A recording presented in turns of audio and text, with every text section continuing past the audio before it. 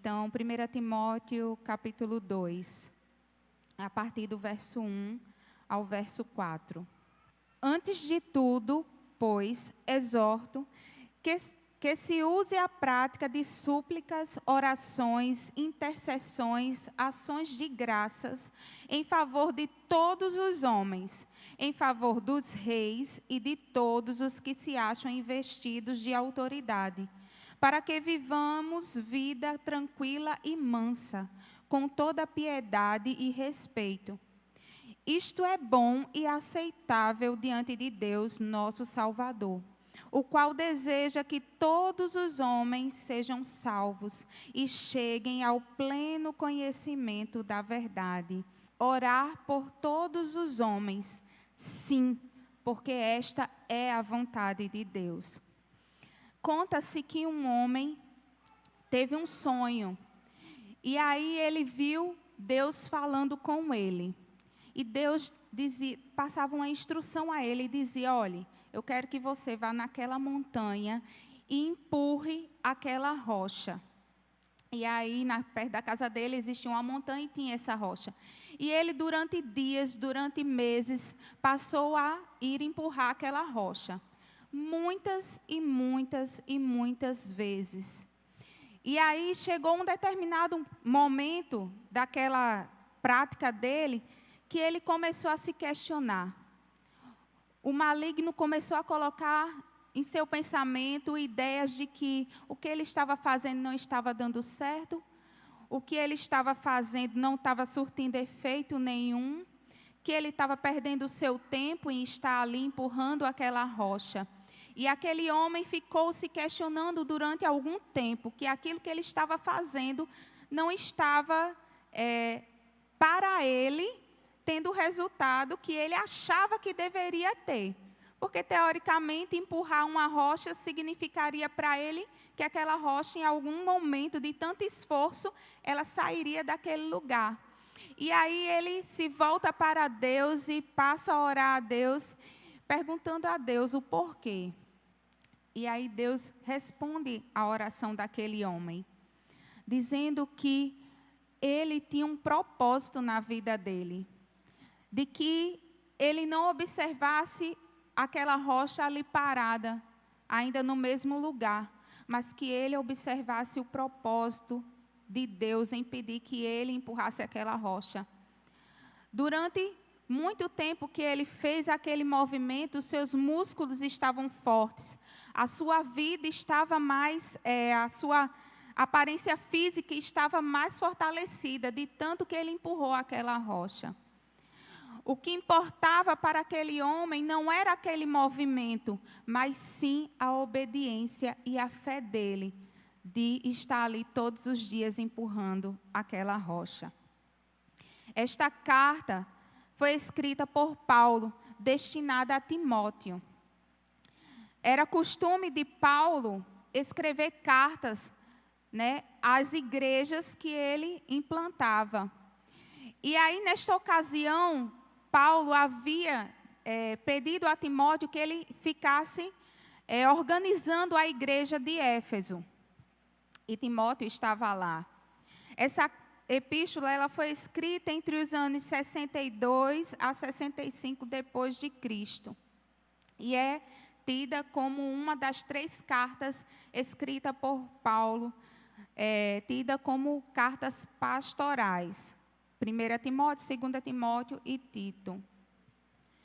Paulo estava escrevendo aquele homem que estava pastoreando, organizando aquela igreja e que estava enfrentando muitas dificuldades, porque no meio daquela igreja havia falsos mestres que estavam se levantando com falsas doutrinas, com genealogias, como nós vamos ver no primeiro capítulo desta epístola. Paulo orientando: olha, eu sei que está acontecendo isso aí no meio, mas tenha bom ânimo, eu estou aqui parafraseando, mantenha a sua fé, mantenha boa consciência, combata o bom combate, o combate da fé. E aí, Paulo vai encorajando nos primeiros versos aquele jovem que ele se permanecesse no seu objetivo de organizar, mantendo a sua fé. Éfeso era uma cidade da província romana da Ásia, na costa ocidental da Ásia Menor. Ela era conhecida por sua arquitetura. Até hoje, mesmo em ruínas, nós vemos ela como sendo um ponto turístico. Existia lá o culto e adoração à deusa Ártemis, conhecida também pela deusa Diana, deusa da fertilidade. Então, aquela cidade, ela tinha essa prática de cultuar essa deusa e era um ato religioso muito forte. E durante muitos anos, esta cidade, ela teve uma grande importância, antes mesmo de Cristo nascer. Ela é uma cidade muito antiga. A igreja de Éfeso também é uma das 7 igrejas a qual João, lá em Apocalipse, vai falar sobre ela. Cristo vai destinar orientações a ela. Era a igreja que havia abandonado o primeiro amor, a qual Deus estava exortando: volte para Ele, volte-se para mim, volte com o primeiro amor para mim. No capítulo 19 de Atos, nós vemos o início dessa igreja. Paulo, mesmo em meio a tumultos, porque a religiosidade daquela cidade era muito grande acerca dessa deusa, e aí Paulo se vê numa situação de tumulto, além no início da igreja, né? Os ourives que arrecadavam dinheiro com a venda, né, da prática religiosa, eles vão lá acusar Paulo, porque muitos estavam sendo convertidos ao cristianismo. E ela também se tornou uma grande cidade em propagação do evangelho, sendo também cidade que apoiava, né, aquela região. E aí Timóteo é designado por Paulo para organizar aquela igreja. E em sua estadia ele passou por dificuldades, né? Ele tinha que tratar com os falsos mestres, ele tinha que organizar uma liderança que funcionasse. Por isso nós vamos ver nos versos e nos capítulos posteriores a esses que nós acabamos de ler, que Paulo vai instruir na escolha de presbíteros, de diáconos, como deveria ser o proceder com algumas classes que existiam na igreja, idosos, viúvas, jovens, né, como Timóteo deveria proceder com essas pessoas. E aí, nesse trecho que nós acabamos de ler no início, Paulo ele vai dizer, ele começa o primeiro capítulo falando dessa interferência desses falsos mestres, pedindo para que ele se mantesse, né, mantesse a sua fé, a boa consciência. E aí Paulo ele vai dizer, olha, antes de tudo eu exorto, antes de tudo eu aconselho, antes de tudo eu admoesto que se use a prática de súplicas, de orações, de intercessões, de ações de graças em favor de todos os homens. Paulo estava querendo dizer, olha, eu quero que vocês não parem de orar, não parem de suplicar a Deus, não parem de interceder por todos os homens e agradecer por eles. Irmãos, Paulo estava pedindo, não era, olha, intercedam por vocês, não, intercedam pela igreja, não. Olha, vamos interceder só pelos irmãos aqui que estão congregando aqui em Éfeso. Paulo estava dizendo para que Timóteo fizesse de prática a oração por todos, sem distinção de raça, sem distinção de classe social, sem distinção de nada, de nacionalidade, de nada, mas por todos os homens. Em favor, aí ele vai dizer no verso 2, em favor dos reis e de todos que se acham invertidos de autoridade. Irmãos, a igreja de Éfeso não era uma igreja que estava situada lá nas regiões de tradições judaicas, não. Como eu já falei, ela estava situada numa tradição de religiosidade pagã. Então, consequentemente, as autoridades que estavam ali eram autoridades que não eram cristãs, eram autoridades pagãs. E Paulo estava dizendo a Timóteo, ore por eles também, por todos os homens.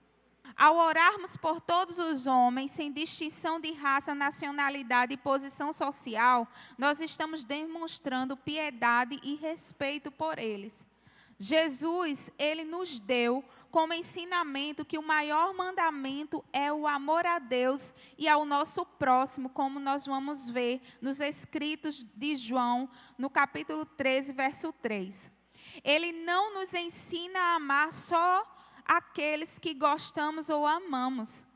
Em outra ocasião, ele disse que deveríamos orar e amar os nossos inimigos, como ele vai ensinar em Mateus 5, no verso 44 ao verso 48, onde ele também deixou claro que Deus, ele não faz distinção entre bons e maus.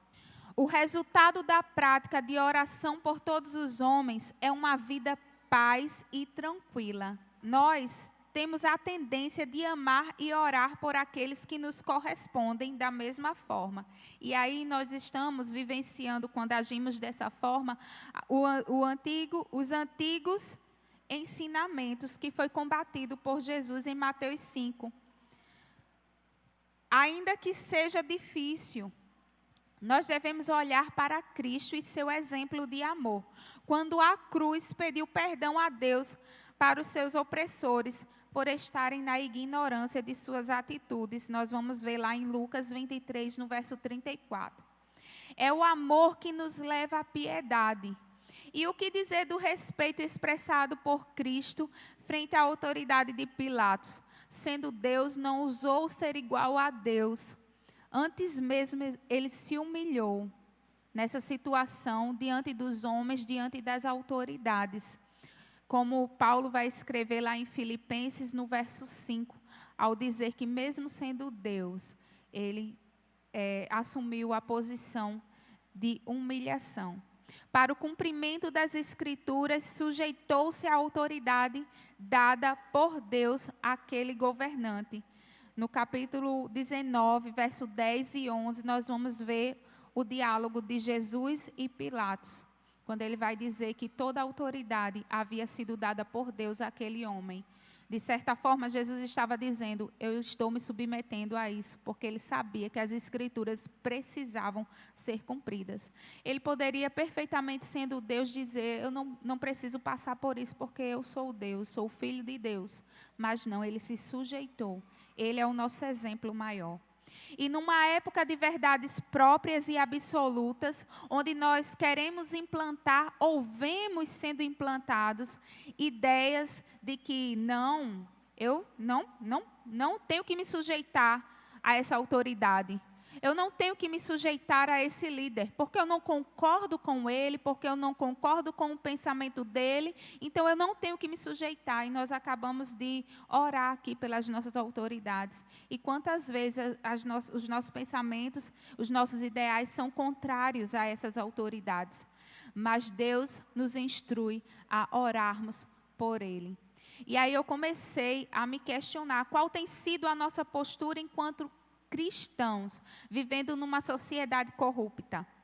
Nós temos orado por todos os homens, independente de nossas opiniões. Nós temos exercido piedade e respeitado o nosso próximo, que pode ser um governante, uma autoridade, ou um irmão de nossa igreja. O nosso padrão é Cristo. E nós temos vivido tempos difíceis, onde o que importa são nossas vontades e verdades, onde as atitudes e virtudes ensinadas pelo Senhor têm sido distorcidos, esquecidos, para poder satisfazer a nós mesmos. E nós precisamos lutar contra isso. Lá em Gênesis 26, no verso 5, nós vamos ver quando é relatado que a obediência de Abraão, a sua observância aos preceitos e aos mandamentos e às leis de Deus, havia feito com que Deus o abençoasse. Ao obedecer os mandamentos do Senhor, sem nos desviarmos nem para a direita nem para a esquerda, Ele nos responde suprindo as necessidades. Deuteronômio 28, 12, 14. Obedecer os mandamentos do Senhor, fazer o que lhe agrada, nos faz sermos ouvidos por Ele. Primeira Epístola de João, capítulo 3, verso 22. A desobediência nos separa de Deus. Foi pela desobediência que o pecado entrou no mundo, por meio de Adão, quando nós vamos ver os relatos lá em Gênesis capítulo 3. Quando o mesmo desobedeceu a ordem para não comer do fruto. No entanto, é por meio da obediência que vem a salvação, por meio do amor. Como nós vamos ver lá no Evangelho de João, no capítulo 3:16, que Deus amou o mundo de tal maneira que deu seu Filho. Foi a obediência de Cristo na cruz, o amor de Deus enviando o seu Filho, que nós temos salvação. Ele demonstrou na sua entrega na cruz, chegando ao extremo para demonstrar na prática a obediência ao mandamento maior, que é o amor. Quando oramos por todos os homens, nós estamos tomando o mesmo proceder de Cristo, deixando de lado as diferenças e assumindo uma postura de serviço e obediência a Deus. Cristo nos amou quando ainda éramos inimigos de Deus. E orar por todos é um ato de amor, de esvaziamento de si mesmo. É deixar de lado convicções, verdades, para dedicar-se ao próximo, em se compadecer por eles.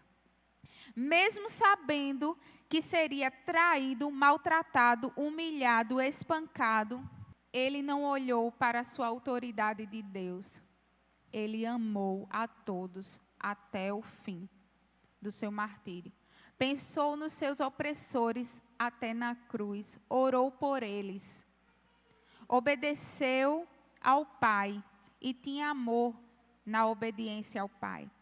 Sejamos então como Cristo, que possamos ser imitadores dele, do seu proceder, orando uns pelos outros, independente do que pensamos ou acreditamos. Que seja o amor, o combustível, a nos impulsionar a orar por todos os homens, pois é do agrado de Deus. Porque não estamos aqui para julgar quem é e quem não é escolhido.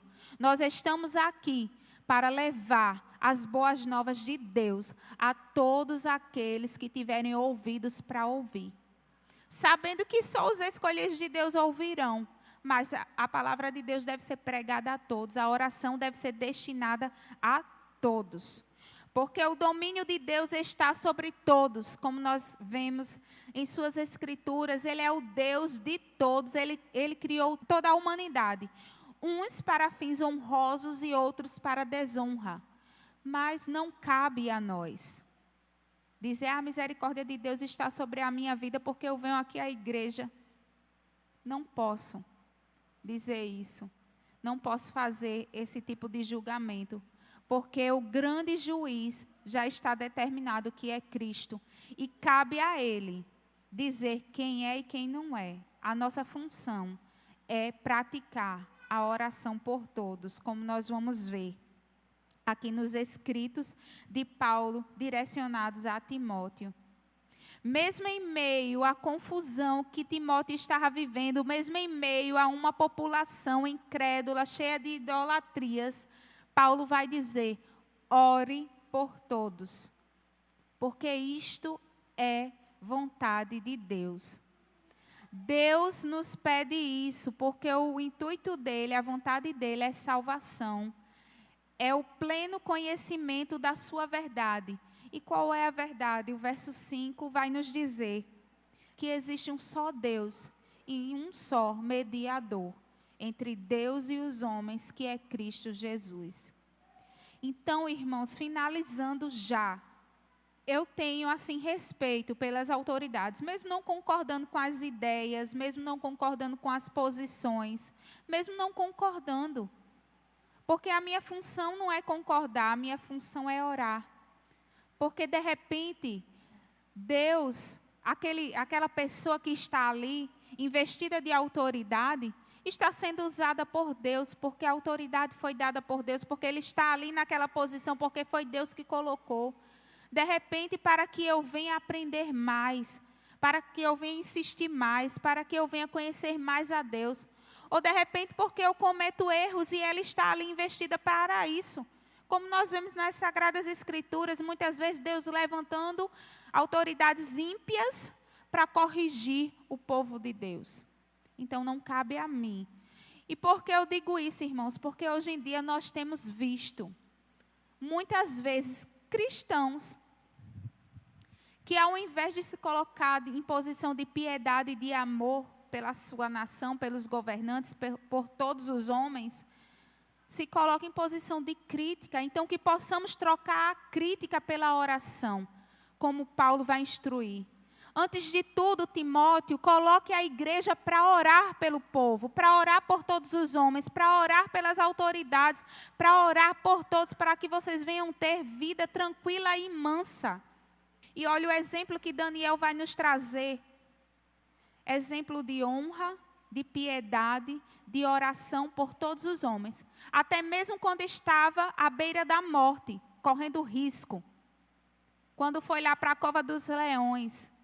Quando ele ouviu que o decreto havia sido assinado, o que foi que ele fez? Não vou rebelar ali contra Haddad. Meu amigo, não. Daniel foi para a sua casa, subiu no seu quarto, em frente à janela, que todos os dias ele costumava fazer. Ele orou 3 vezes, ao ponto de que foram lá as outras autoridades junto com ele. Olha, Daniel está fazendo isso. Beleza, vamos para a cova dos leões. E ele vai dizer, olha, que o teu Deus te salve. E o que foi que aconteceu com Daniel? Deus salvou Daniel da boca dos leões. Então, irmãos, aquele que teme, confia e que obedece a Deus não deve temer nada nesta terra. Porque Deus está cuidando, porque Deus está guardando, porque Deus está corrigindo, porque Deus está nos exortando, porque Deus está nos amando como Pai.